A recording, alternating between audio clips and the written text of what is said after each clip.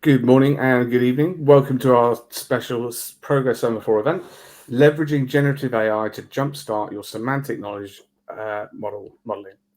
Creating, enriching, and managing semantic models has often been a task for business experts to manage and complete. Today, we're going to show you how you can achieve this using AI, specifically the powerful combination of using Semaphore with LLMs, not just to accelerate this process, but to make it easier for your business experts to get closer to the data faster. Joining myself today will be two of our expert Semaphore team here at Progress. We've got Doug Dunn, our Senior Account Manager, and Lance Thiessen, Senior Sales Engineer. These gentlemen have years and years of experience, not only using semantic modeling, but also deploying these models in enterprise businesses. Before I go into the agenda today, I just wanted to say I've done 3 of these events now in the past, I think about 6 weeks, on generative AI, looking at data and how to best feed that data to the generative AI to get the very best from it. And it's becoming more and more clear that you need some sort of semantically enhanced data platform that can feed the very best data to your LLM to get the very best results and to reduce the likelihood of hallucinations, increase trustworthiness, and ultimately save money. So I'm really pleased to be here today, to be invited onto this Semaphore webinar. So the agenda today, we're going to take you through the essence of generative AI, a brief introduction to semantic knowledge models, our fast track approach to semantic knowledge modeling, and then a demonstration of ChapGPT and Semaphore working together. We're going to do some key takeaways and business benefits, and then we're going to go into a Q&A. So please do ask your questions, post them in the chat. We will get to as many as we can, given our time. If we run over for whatever reason, we'll make sure to give you the on-demand recording. So if you can't stay on for the extended Q&A, then let us know. Just briefly before I introduce the guys here at Semaphore, I just wanted to go over a couple of things. I really do like this quote. It's connection, not collection. That's the essence of knowledge management. And I think becoming more important today. Your data doesn't exist in isolation. In fact, the relationship between your data are often just as valuable as the data itself. They can provide new, more advanced metadata, as well as helping to provide context and meaning to your data, helping to provide that insight quicker. Providing your AI with your business data doesn't simply mean bringing the data together in the data platform. It means making your data machine readable, and with the AI and the advent of LLMs, making this data machine interpretable, bringing that human intelligence to AI at scale. This is what we hope to show you today with the combination of LLMs and Semaphore. Making these connections with an LLM and Semaphore can make the process of finding those connections easier for the business and therefore deliver more and deeper insights into your data. So why is this important? Well, the advent of new LLM tools, businesses are looking to capitalize on these, using them more and more in different use cases. Some are even taking an AI-first approach when looking at new use cases. Why? It's because these benefits are scalable and innovative solutions can be brought by them. They're looking at business continuity, they're looking at increased knowledge worker productivity, revenue growth, cost optimization, customer experience and retention, and this is going to be a big one, as well as faster product development. If your data isn't connected, enriched by an enhanced metadata, linked by a semantic knowledge model in an agile data platform, then the LLM or other AI that you're going to be using are going to return you more hallucinations, incorrect or limited responses, as well as being unable to show you those answers, and more importantly, how they got to those answers. Meaning that the potential risk to the business is higher than these benefits stand and the benefits never being realized. Knowledge modeling, connecting your data has never been so important. So being able to do this at scale, leveraging that human intelligence that you have in your business, in your AI, will be key for any business looking to leverage their data. We'll have a Q&A, like I say, at the end of the session, so please do feel free to send us your questions, and we'll make sure we get those answered as soon as possible. So without further ado, I'm going to hand you over to Doug Dunn, Senior Account Manager here, to go through this in more detail. Doug, it's over to you. Thank you, Philip. We need to start today with a short disclaimer. We should make you aware that during the presentation, we will be talking about third-party large language models and different AI models. These are not owned or operated by Progress, and these are just used as examples. We have a varied audience this morning, so to create a framework for our discussion, I wanted to provide a brief primer on semantic knowledge models. To those of you with deep experience in this area, this may be a bit repetitive. Still, we will also be sharing our thoughts about the critical role of semantics in managing an organization's data challenges, and I think there's something in there for all of our attendees. Today's organizations are dealing with exploding volumes of data. They're challenged with feeding and sourcing data, both from and to large application frameworks like your ERP or CRM system, while also supporting microservices and digital transformation initiatives. This has led to a spider web of one-to-one data integrations that truly cripple an organization's ability to be nimble, responding to new opportunities or competition, leveraging application technologies, or getting a clear and complete view of your customer all become an enormous engineering challenge as you try to connect siloed applications and data. However, there's a path out of this application-focused approach, the enterprise knowledge graph. Rather than be focused on how to connect applications together along with their siloed data, a knowledge graph provides a point of integration where applications and services consume semantically enriched data from a graph as a point of integration. The graph has the ability to collapse the data silos by understanding the relationships and meaning of data sources, including, importantly, the unstructured data that comprises 80% of an organization's knowledge. The enterprise knowledge graphs, they're a huge topic, and we don't intend to cover them in detail today. But just to provide a little bit more understanding of knowledge graphs, let's drill just a little deeper. A knowledge graph is a structured representation of knowledge that captures the relationships and connections between pieces of information. And you build such a graph by combining semantic knowledge models, which represent the way things should be, with specific operational data to create an operational graph of the way things are. Now, these are contained in a semantic triple of a concept, its relationship to another concept. Let's take a look at an example. When expressed in a knowledge graph, the specific subjects of fiction genre and espionage are connected to each other and with other subjects through relationships. Traversing the graph can let me answer questions like, if customer A likes fiction genre and also likes the character Jason Bourne, then might they also like James Bond? And the concept of semantic knowledge graphs isn't new. It's been around for almost 40 years. But the technology improvements with graph database performance and cloud storage and infrastructure have allowed for a much broader adoption of this approach in the last decade, and particularly in the last 5 years. And there's enormous business value with this semantic approach.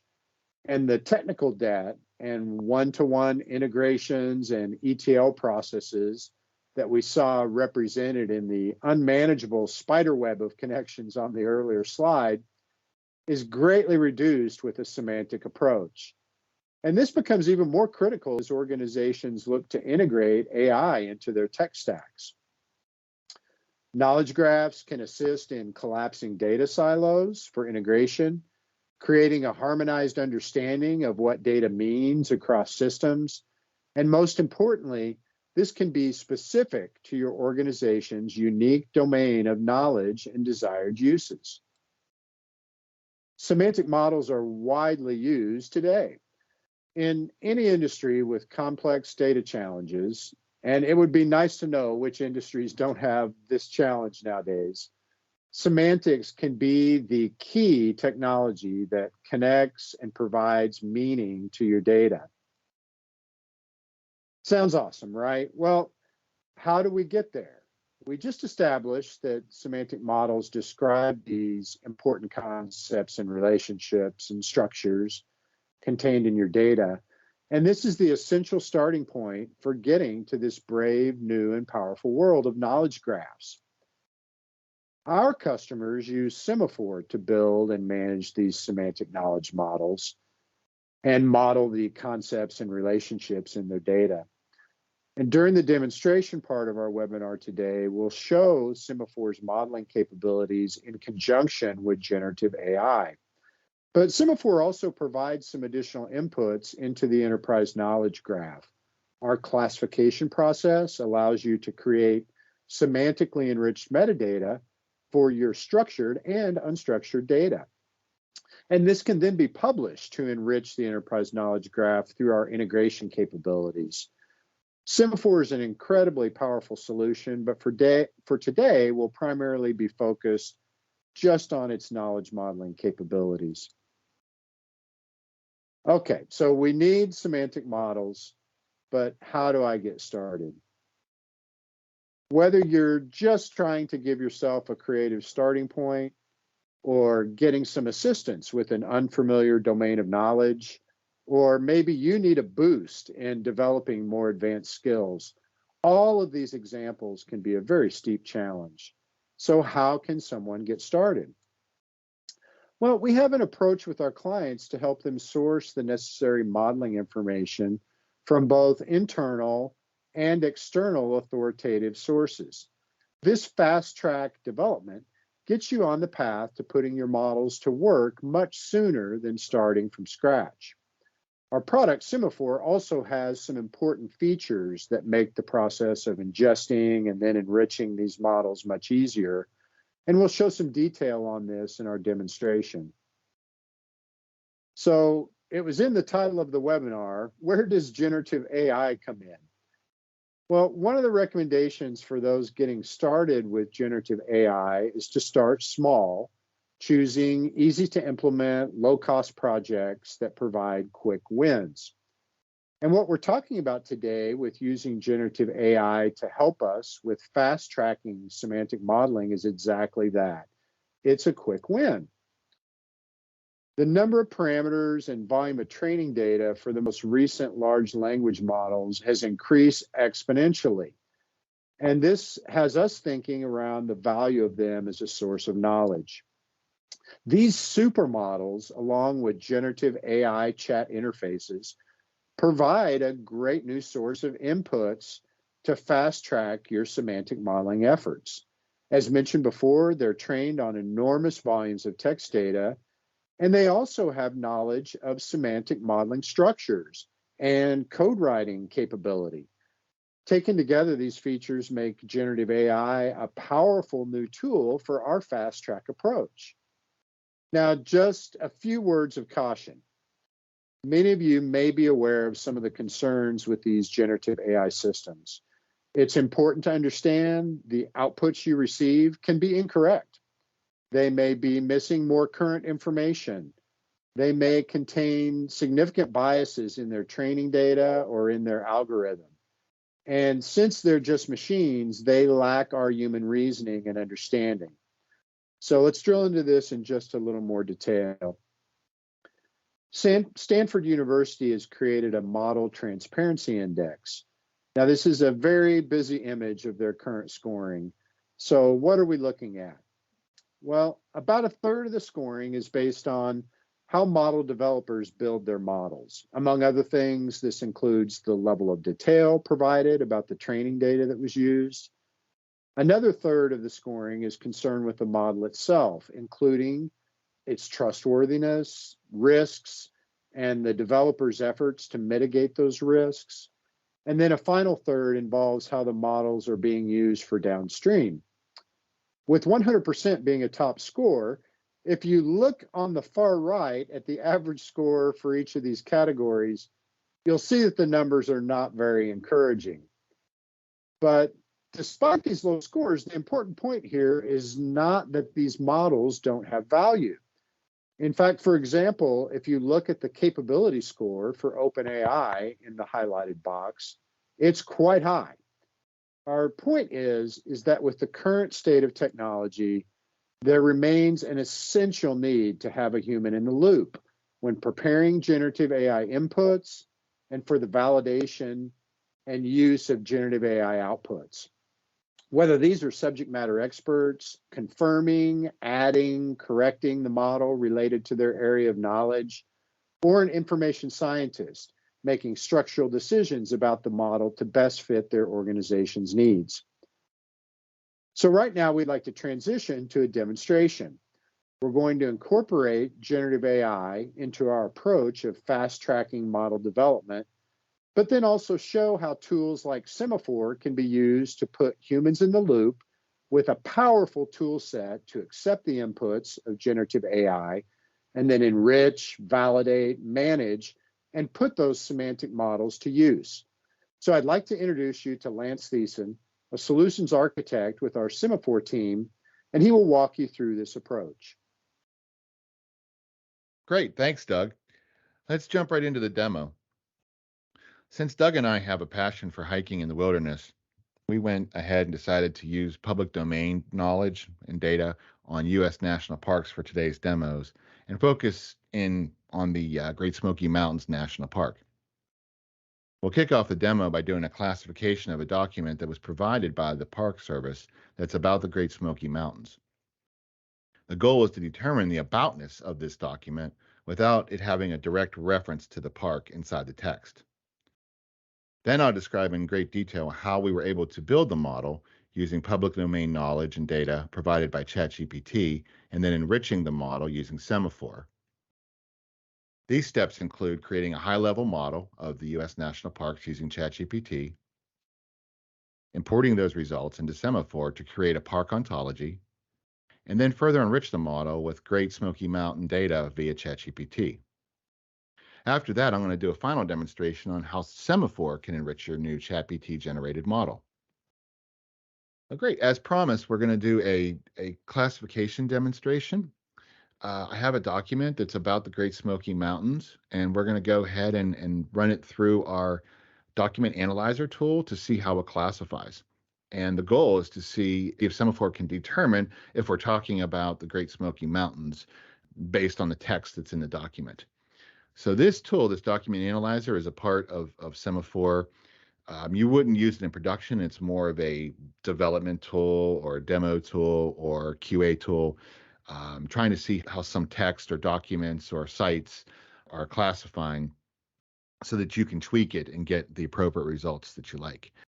And here's the document right here. Let's open it up.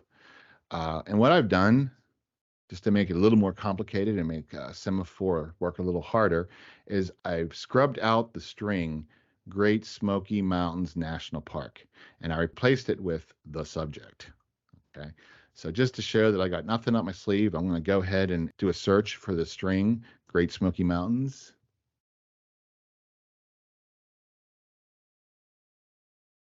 National Park, which is our preferred label, if you remember. You can see I'm getting 0 results. So we don't have that string in this document anywhere. So I can go ahead and close that. And we're gonna use what's called the Semaphore Document Analyzer tool. This tool is used for development, for QA, for investigative purposes. When we do our classification, it's all deterministic. It's all defendable. So I can determine exactly how Semaphore came up with the classification results that it did. And I'll show you how we do that. But the document analyzer can demonstrate exactly how you came up with the results that you did. So you would use this in production because it can be only used on like a one document or one batch of tests at a time. In production, you would be sending lots of text, lots of documents to Semaphore to classify and tag. But for this scenario, we're going to use a document analyzer and show how that document is getting classified. We're going to analyze it as a single article, but you could, if it's a larger document or if you have multiple topics or aboutnesses, if you will, in a document, then you can look at it that way with multiple articles. So you can get the different types of topics that are being discussed. Let's go ahead and put a nice high threshold on here, like say 80. And let's drop the document that I showed you into Document Analyzer. And we're going to send it to Semaphore for classification. Now, I've already had the model built, and I've already enriched it with Semaphore. So we'll talk through those steps later on. So just know that it's already built, and we'll see how I build it later. So there we send it for classification results. Let me narrow in on what we're trying to look at, which is the national parks. We're not really concerned about attractions and climate right now, but what I want to do is determine that this document is about the Great Smoky Mountains. So let's go ahead and look at the national park, and voila. We got Great Smoky Mountains National Park as our topic with a nice strong 1, which is a perfect score result. And to determine this, or to figure out how Semaphore came up with this, I can check this box, and it shows what evidence that was used in the document, which is right here. If you notice, the text from the document is right here. And it now highlights all the evidence that's used to come up with this tag. So we're more focused on the concept, the thing, Great Smoky Mountains National Park, not this string. So how did we get there without having that string? Well, we have the Great Smoky Mountains, which is a synonym for Great Smoky Mountains National Park, just another way of referencing it. I have the Appalachian Mountains, which is one of the attractions. Here's Smokies all over the place. Again, it's a synonym, another way of representing that preferred label.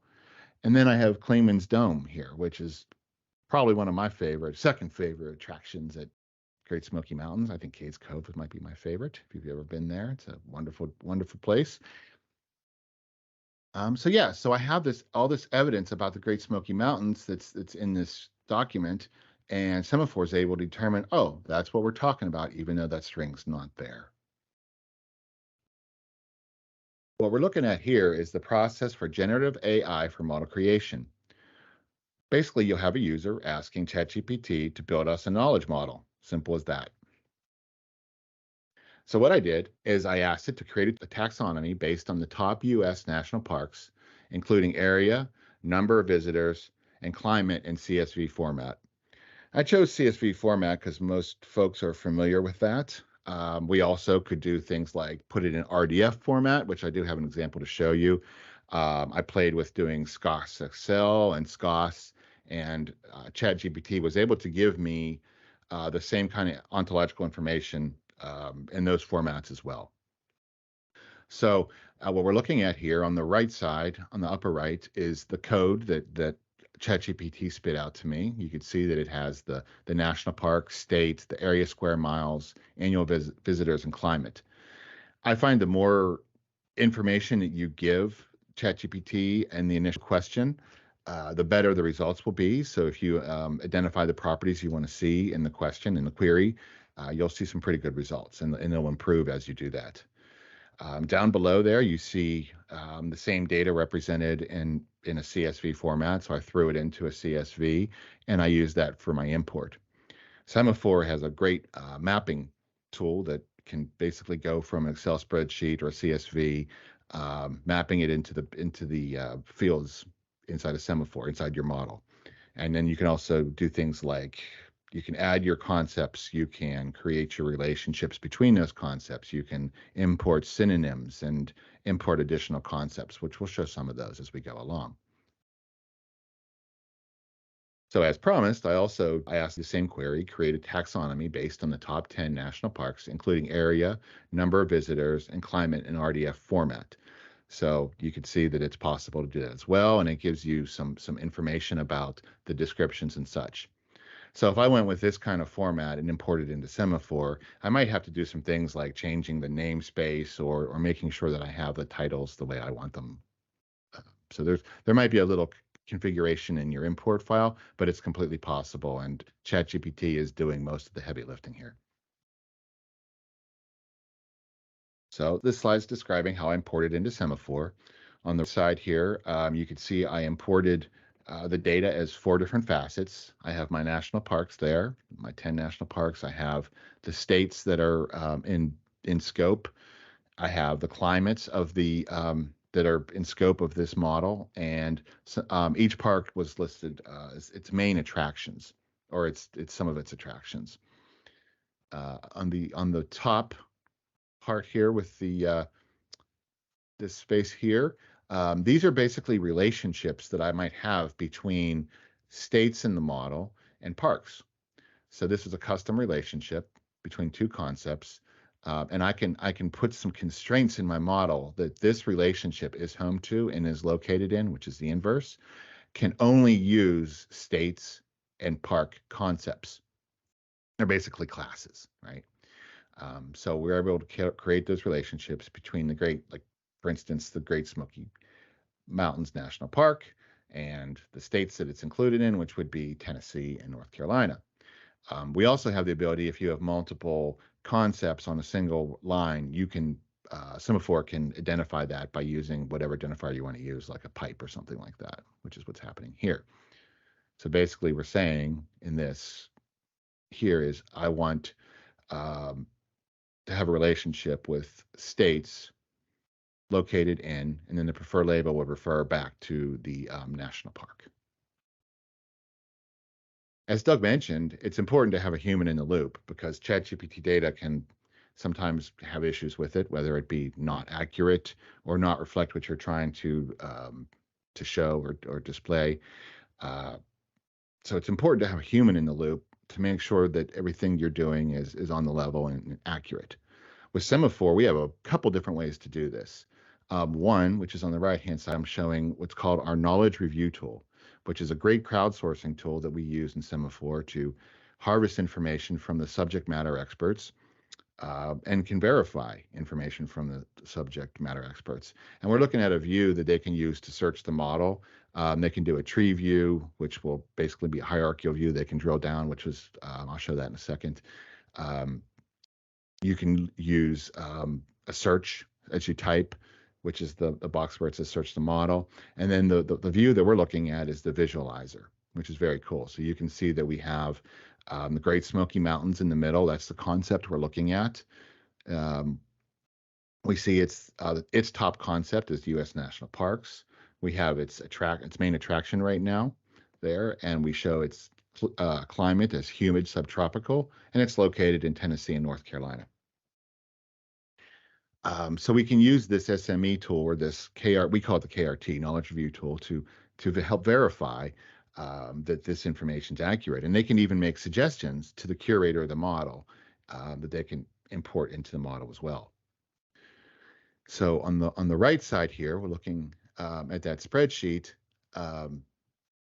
This is basically a history report that I ran out of Semaphore that can be used to circulate with other approvers or reviewers if you have a review team.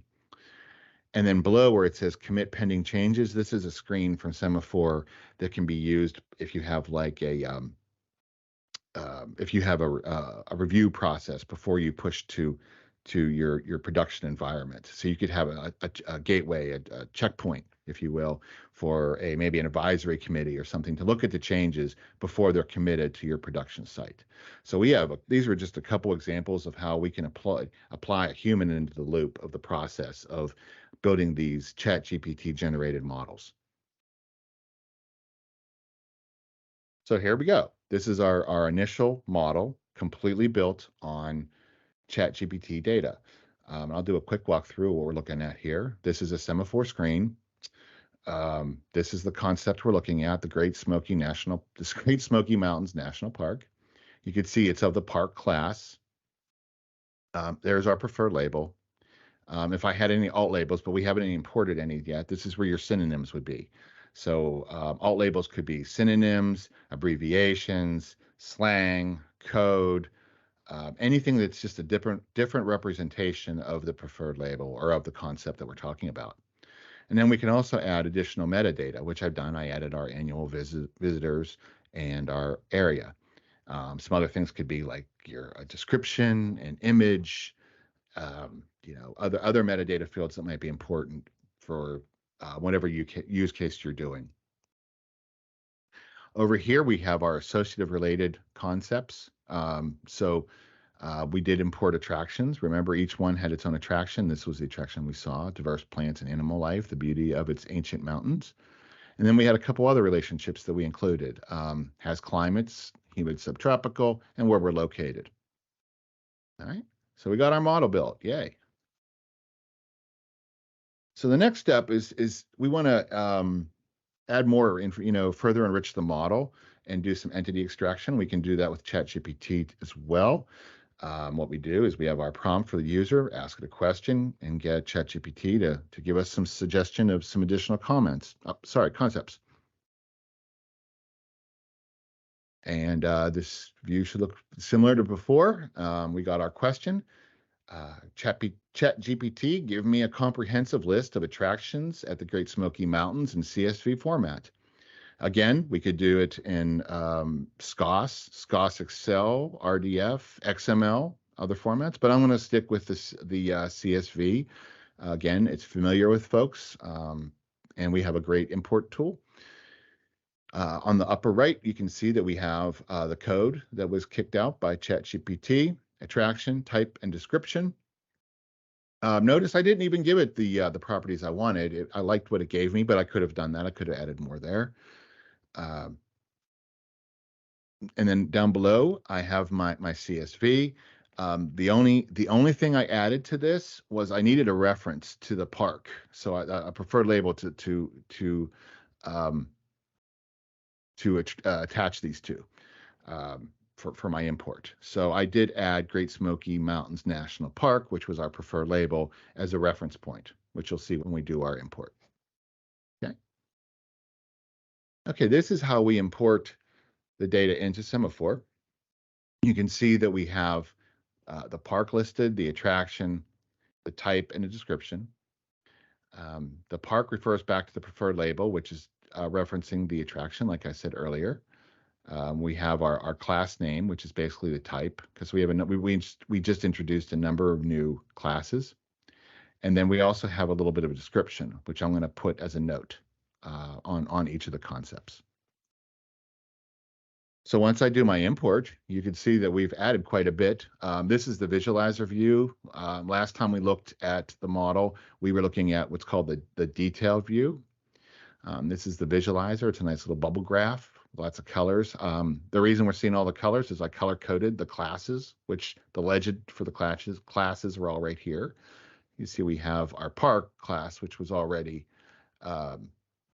that's what's right here, the park in particular we're talking about, the Great Smoky Mountains National Park. And then all these guys are just some different types of attractions, right? They're different classes of attraction. And actually, when I put them in the structure of the model, they're subclasses of attraction. And then we have our climate class, our state class, and then our concept scheme or facet is what that guy is there.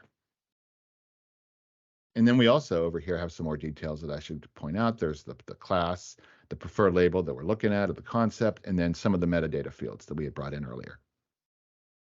So what we're looking at here is the process for generative AI for Sparkle creation. This is for those who are more advanced and familiar with using Sparkle. For those that are not familiar with Sparkle, it's similar to SQL. It's the language that we use to query triples and graphs. It can be a little complicated for those who haven't used it. So I've used ChatGPT to help me generate the Sparkle query. Usually I have to make a little bit of a change in it, the namespace, maybe add some prefixes, and get my naming exactly, right. But it's definitely a great tool to get you started, to create the SQL, the Sparkle, the query. So basically you ask it, ChatGPT, give me um, a query to list all the attractions of Great Smoky Mountains or something like that, and it'll spit out the query. You might have to do a little bit of editing on that query, and then you just run the query and get the result. And Semaphore does have a Sparkle query console if something you need. So here's an example of what I did. I created Sparkle to list the attractions of the Great Smoky Mountains, and it gave me an example of a Sparkle query. Okay, now that we have a fully built model and we have our attractions added, our Great Smoky Mountains attractions added, we want to go ahead and enrich the model even further just using Semaphore's tools. So again, we have our preferred label and our alt label. This is where our synonyms go, our alt labels, some metadata fields. We added all these attractions, and there's a whole bunch here, using ChapGPT to enrich, but we can also enrich the model using some of Semaphore's tools. We have what's called the Semaphore side panel tools, which come canned with a bunch of things. We have what's called the Wikipedia tool, which is basically taking the concept of interest, in this case, the Great Smoky Mountains National Park, and pulling back its Wikipedia article, which can be used to enrich the model. We have a translation widget, which basically will translate your preferred labels and alt labels into other languages, like Spanish, French, German, things like that. A text analytics tool where you could drop a collection of documents into Semaphore, and it will perform analytics on it, usually against the concept in question or alt labels in question. And you can do proximity reports and other things like that, where you can mine out other concepts that might be valuable to your model, or other synonyms and alt labels that can help with the concept you're looking at. And then we have the lexical resources tool, which is used to suggest synonyms, which is a great tool that's provided by Semaphore. So those are all canned in Semaphore. What's also cool is you can create your own side panel tools, custom side panel tools. So you can use it to engage your databases, applications, spreadsheets, indexes, wikis, and maybe a ChatGPT tool that you could use to help enrich your models even further with ChatGPT here. So I was going to show you how you can use this to add some synonyms with the lexical resource tool and the Wikipedia for this exercise. So let's start with that. Let's go ahead, and I created a metadata field called park description.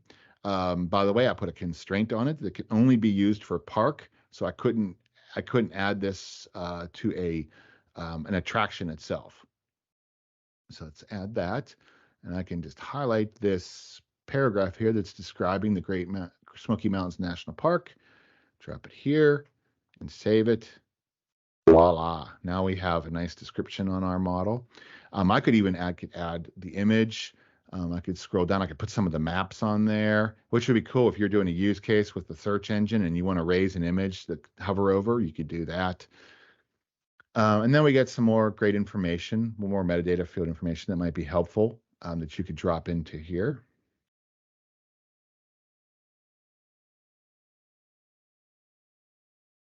Going over to, so that's the Wikipedia tool. If I want to look at the lexical resources tool, which I mentioned before is great for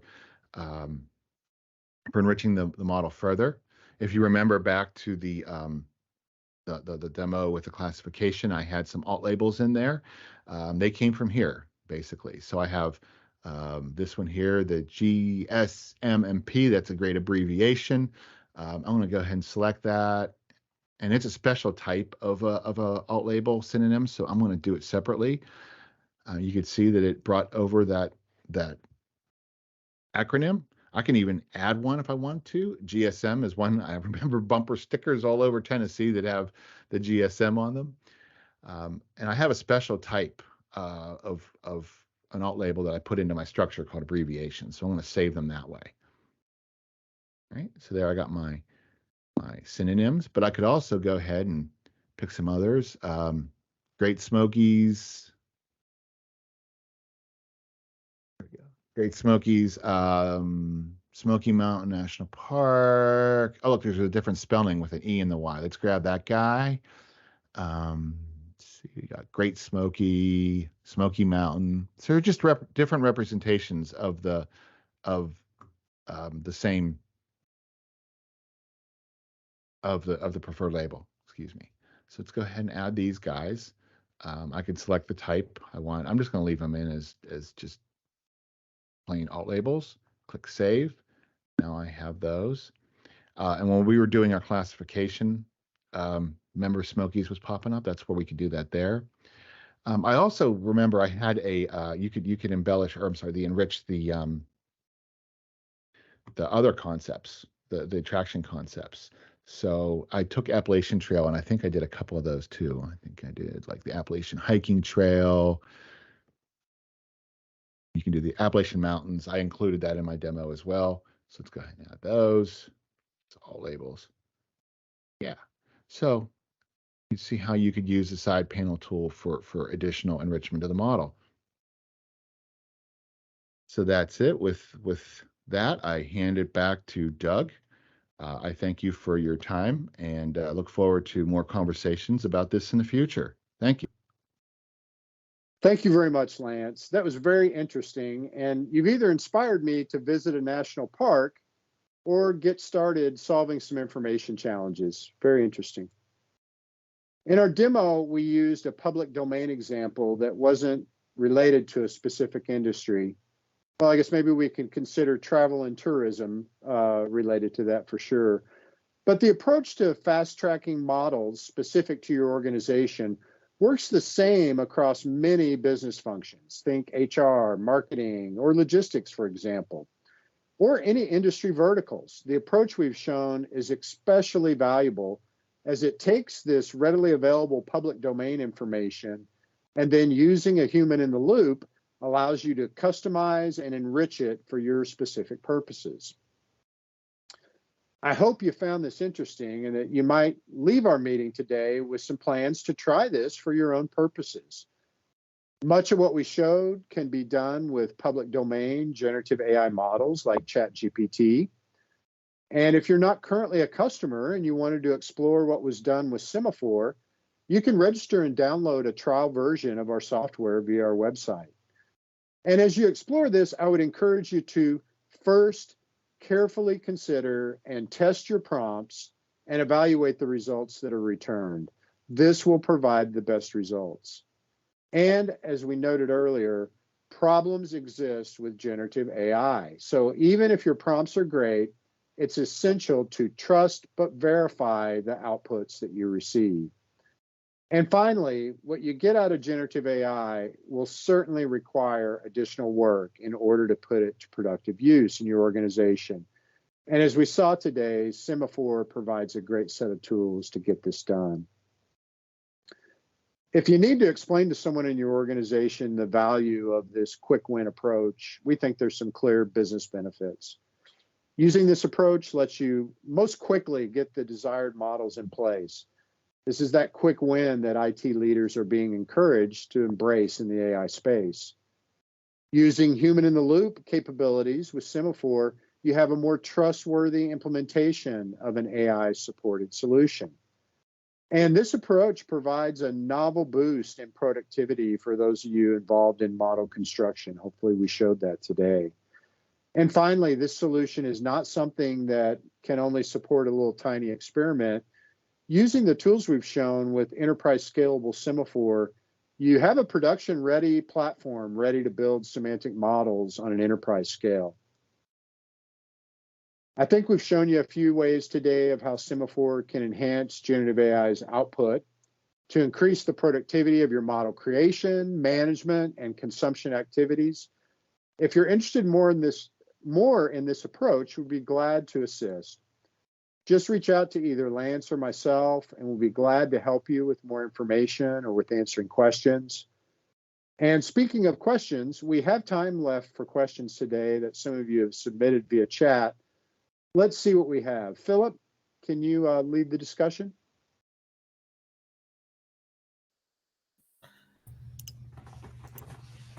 Hi, James. Yes, brilliant. Thank you very much, both Doug and Lance, for your presentation there, and thank you, Lance, for going into such detail in the Semaphore platform there. Just before we start, I'd like to just run a quick poll whilst I talk about some of the stuff that I picked up on during the presentation, and then we'll go into the Q&A. So we've just got one there that says, are you currently planning a project or looking to work with Gen AI in the next 12 months? We use these polls to really feed you more content. So if you found this valuable today, we'll be looking to do this in the near future. We'll keep the poll open for a couple of minutes. I just wanted to make a quick comment on what I've seen today and what I've experienced with customers and things like that.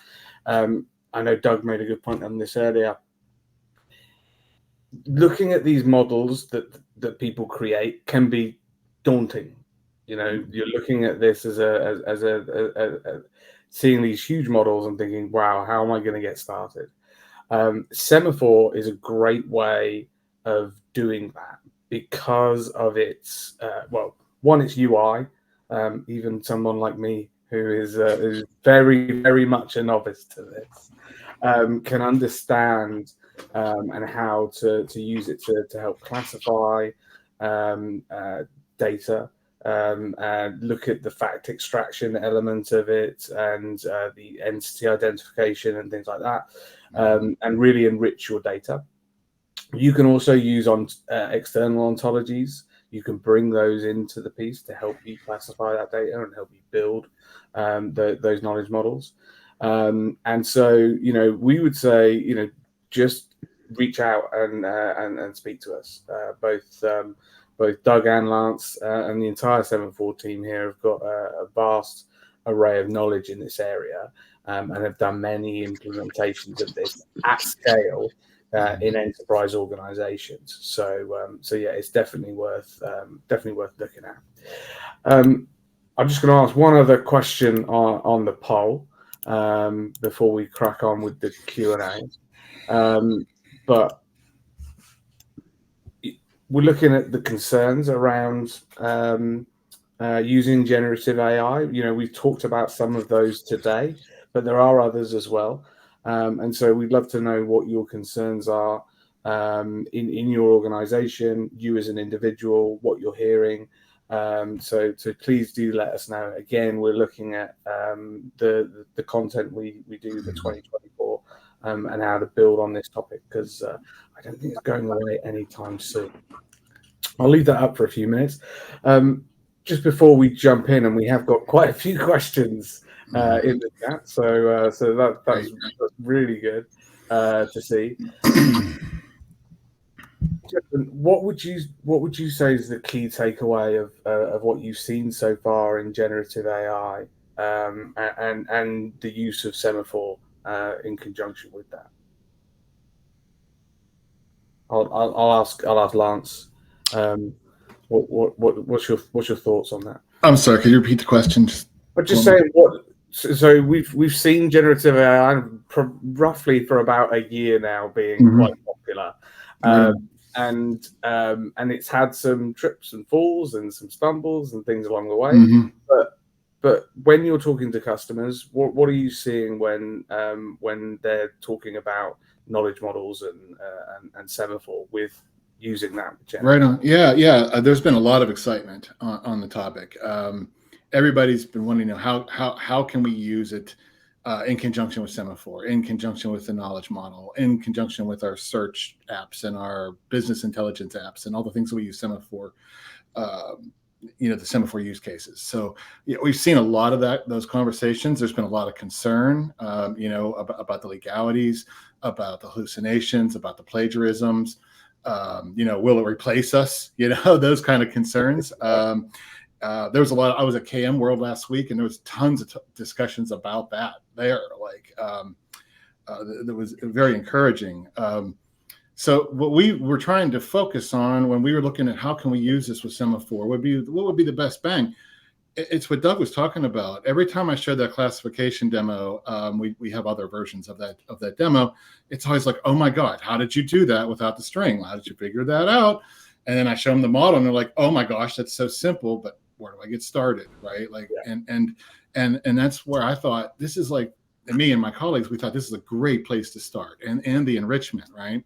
Yeah. And I saw a question in here about other ways to get started, so I thought I'd just touch on that too. On this, this is a fantastic way to get started. Yes, I knew about the Great Smoky Mountains when I got started, but I didn't know about the other parks, and I didn't have the detailed information that I put in ontology. So it's really easy just to ask that question and get started. And I've been working on building one for the legal space and some other services as well that's way more complex than what I showed here. So anyway, back to the point. The question was asked, or how are other ways to get started in there? We partner with some folks, different organizations that create the models, these types of models and taxonomies, like WAND, for instance.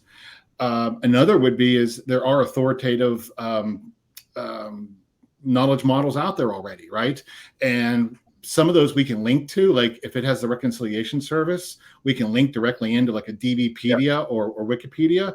I built an entire model on the U.S. presidents based on, or just using DBpedia. I was doing Sparkle queries, bringing it in and inserting it into my model. Simple as that, real clean. There's also other models that you can just download and import, similar to what I showed. Yeah. If it's a CSV, it's just a mapping exercise. Yeah. If it's an AL or a SCOS, Excel, there might be some conversions, to your load file, get your namespace right. There's a couple things that Semaphore needs to represent it properly.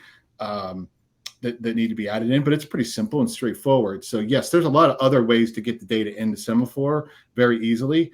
And we always talk about, you probably have the data on site right now. Like you have your databases, you have your indexes, you have your applications, and now you're going to have your own LLMs, right? Private LLMs and that you might want to use. And I was demonstrating the side panel tool, and I mentioned you can create your own side panel tools, and it's a great way to get integrated on your own. There's a lot of different engines right now. We thought it would be really aggressive just to open that up to everybody, just go. So I would advise you to look at how you can custom create your own app, create your own LLM, your own side panel tool, and use that for enrichment and incorporate it in right that way. It would not be difficult to do that. So I think I nailed a couple questions with one answer there. Hopefully we picked up a few of those. Yeah. We've seen ChapGPT integrated with Semaphore in a previous session. Actually, we did just after the summer.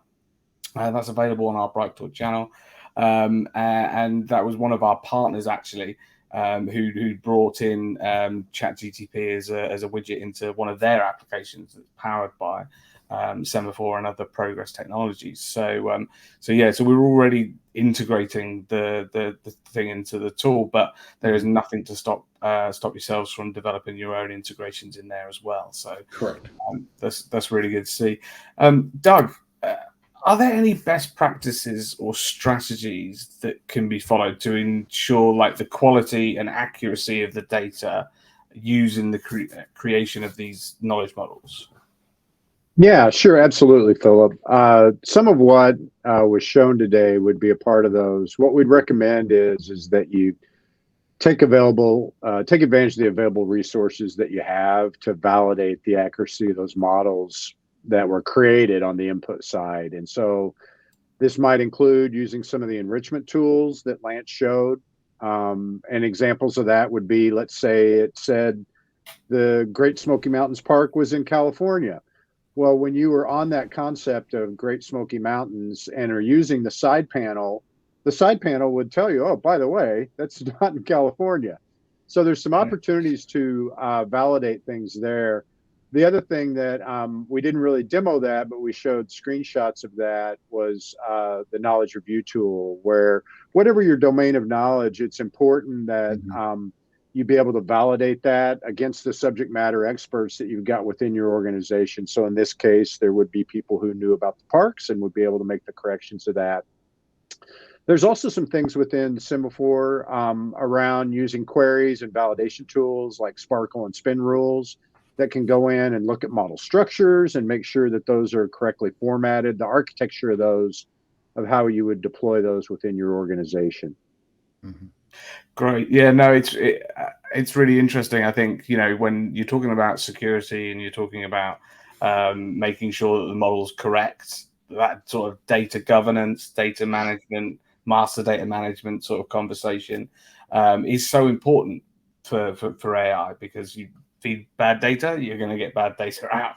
And so, you know, having that ability to, and I think it's really good. You've got a rules-based approach to what you're doing, what you're telling the system to do with your data. I'm classifying it this because of these rules. It's very transparent. It's very open, so people can interrogate the rationale behind why you've created it in such a way. And I know combining it with other technologies in progress, you can actually have a timeline of seeing those, you know, when that data is classified, how that data was classified, so on and so forth. So from an auditability, a governance, and a trustworthiness in terms of that classification, I think it's really powerful in that tool. And to another point of Doug there, you talked about those data experts, those the subject matter experts in your business, rather than the data experts, the data engineers, and things like that. And I think Semaphore is a great tool to bring the data closer to them, so that they can interact with the tool. I think it's very intuitive in that way, so that you can have then validate those classifications and those rules that you've got in there. So yeah, I think that's really interesting. I think we've answered, can I create a custom knowledge graph using Semaphore? And do you have a good way built in to link it to existing top models such as DC or Yeah, I kind of covered that one. Yeah. So we can, I mean, there's ways to import those in. I mentioned some authoritative healthcare like Medra or the insurance codes and things like that. Like you can bring those right in. And I forgot to mention, you can link the models. And that's one of the most powerful things you can do with Semaphore that I love is I can have a model for like marketing, and then a model for sales, and a model for pre-sales, and have different owners and different meanings of the same terms, even, right? Owned by different people, and then link them into an enterprise model that's shared by the company. So maybe, you know, if we have a retail business that sells grocery and computers for some reason, you know, Apple in one department is going to mean Apple in another department, right? As an example. So you can link these different models together, have different owners, and have different meanings within the same combined model. You know, Philip, a good example related to what we showed today is you easily could have asked for a model that is just kind of the basics of the national parks. Then you could have had a geographic model that linked to that. You could have had an activities model that linked to that.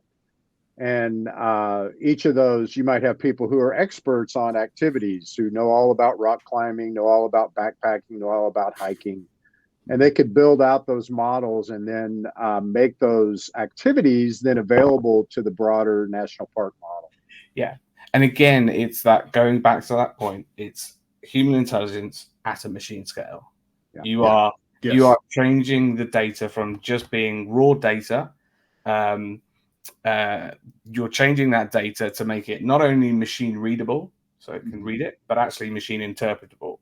By layering in this contextualized information, the machine is able to go, okay, you meant a national park, which includes this, which has this, which means, yes, you can go rock climbing in the Great Smokies because that's one of the activities that's covered there. Can you export the model and then share it with other people? I mean, I guess you can as well. I mean, you can also share it. They can have multiple access to the tool itself. But Lance, can they export that model? Yeah, that's a great question, and I wish I had gone deeper into that. Yeah, of course, we can export it as RDF. You can create custom reports and export it as CSV. But more importantly, you can integrate with other applications. And that's the point of it. Like, it's great to have the model management. We do the model management really well, but we also, have the classification engine and what we call the semantic enhancement engine, which is all of our APIs. Right. Yeah. So Semaphore, we work in a lot of different industries, and you're using it daily and you don't realize it. It's not a name product, like it's not a household name product, but it's like a middleware that sits in the vapor, if you will. And it has APIs that basically allows it. Well, basically Semaphore sits between your content and then your calling apps, right? So those apps could be like Salesforce or ServiceNow or business intelligence like Tableau or Domo, Power BI, right? It could be security, content, SharePoint, right? And we connect to all those and integrate into all of those. We're not just a model management tool. Yeah, it's not a library in isolation. Yeah, Philip, to look at that question, when you're talking about sharing it with other people, the way the product's constructed, there's not really a need to do that. There's a way that within the product, with the knowledge review tool, you make that model available to subject matter experts or other people who might want to look at it. They can then make corrections and recommendations that go back to the information scientist. Yeah. Who then, let's say I'm a park ranger and I know all about my park.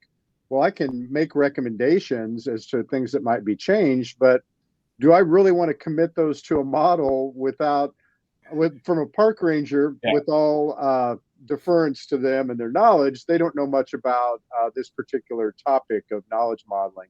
So that information scientist would then commit those changes, if appropriate, to the model and put them into the proper structure.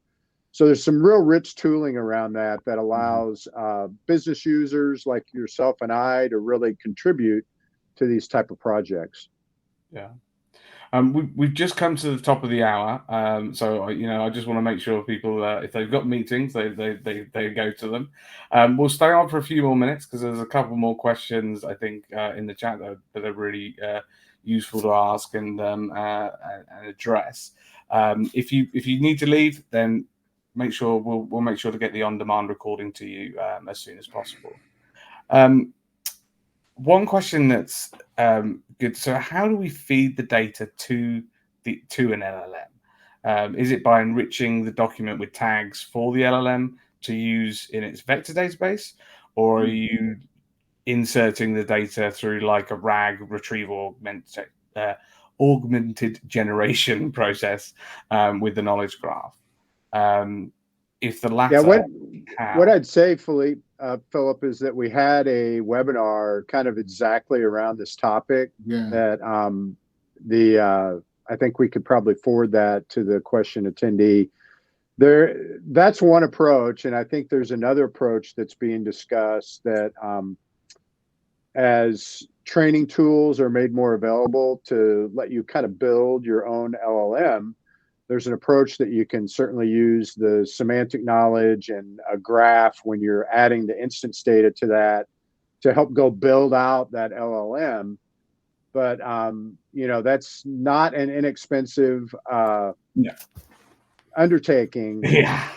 And with the present state of technology, most people are following that RAG type approach. I think I also saw another question around vector graphs and whatnot. And I think what was also pointed out in that earlier webinar is that one of the unique things that we did is using RAG, but we had a machine readable approach using our sister technology, MarkLogic Server.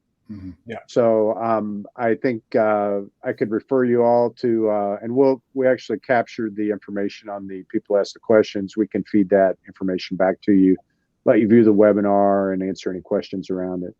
Yeah, no worries. We'll make sure that we include that in the follow-ups. And this goes to this question as well. I think this is also quite interesting. Can you use this on a corpus of publishers' content that's not in the public domain? For example, all the medical journal articles from the past 10 years, or university presses books, assuming they're they're digitally available. Can you use it essentially on your private data, your private proprietary data, should I say? Well, that's one of the limitations of if you're trying to use generative AI, and in our example, ChapGPT, these large language models, there's an enormous training process that has to happen. Mm-hmm. And so even if that information was publicly available, there'd be a concern with certain applications like that you may be missing more recent research that wasn't a part of that. That being said, on the back end of this, when we showed you Semaphore and classification and our entity extraction capabilities, you can take that corpus of data and point Semaphore to it. We can go in and create model structures just by reading through that data. And around topics of healthcare and medical science, we mentioned earlier, the fast track approach. There's several large and very relevant public taxonomies that deal with medical topics that we actually already have those loaded in Semaphore and available to use, and our customers often have them as well. So using those in conjunction with that would be a great way to get you started very quickly and be able to build that graph out of that public domain knowledge. Once again, we also kind of, I believe, have a PubMed demonstration showing MarkLogic, our sister company, along with Semaphore, and showing semantic search against content repositories in PubMed. Yeah, I think there is a very powerful combination of the two technologies at the moment when you're looking at LLMs, especially with private data, to do that. And that webinar I mentioned earlier is a good example of that. We just got one question here. You showed tools like Wikipedia being used in Semaphore. So can this process be of using the description from Wikipedia be automated, so it picks up the description tag from Wikipedia for every national park? So could you? So if it has the reconciliation service, you could, and I would do it with Sparkle, right? Yeah. And that's what I did that building a president's model. I mentioned it in the QA a little earlier. As long as a site has the reconciliation service, we can connect to that and then run Sparkle queries against it and insert it into the model. So if you're familiar with Sparkle, there's a little bit of a learning curve there, but I showed that you can actually use ChapGPT to help develop your to craft it. And I mean, it's not going to get perfect. I'm going to be honest with you. It's not going to get your Sparkle perfect. I'm just reminded of the old days with SQL when it was first introduced, and we were all learning that. You would just, Google a query and start hacking away.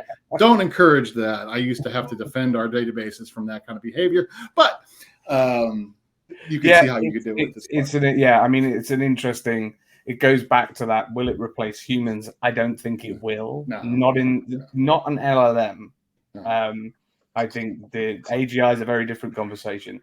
But I think what could be useful, what you should be worried about, is if your colleague is using it and you're not.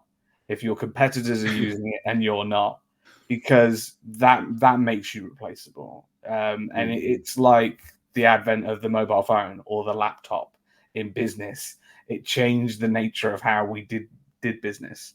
This video conferencing changed the nature of how we do business. And I think this is the same.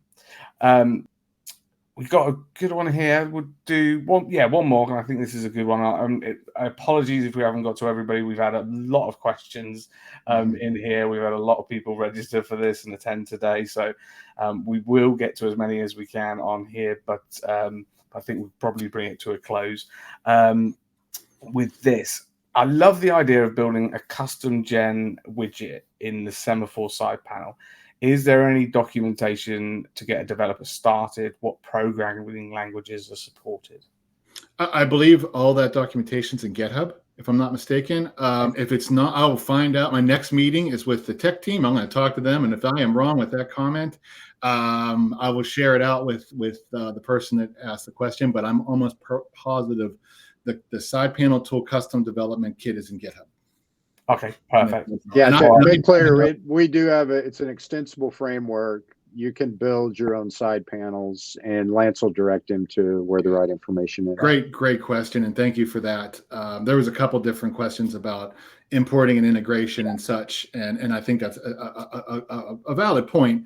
But at the same time, we didn't want to like just create an interface for every LLM that exists, and we couldn't hit the private ones. That's no way of doing that. So this is a good solution for now. And as we develop down this path, I'm sure we'll have more integrations. And one final point to the questions that we're getting, I believe, Phil, we're going to have a roundtable in a couple of months on this topic with some other folks. Maybe we can plug that now.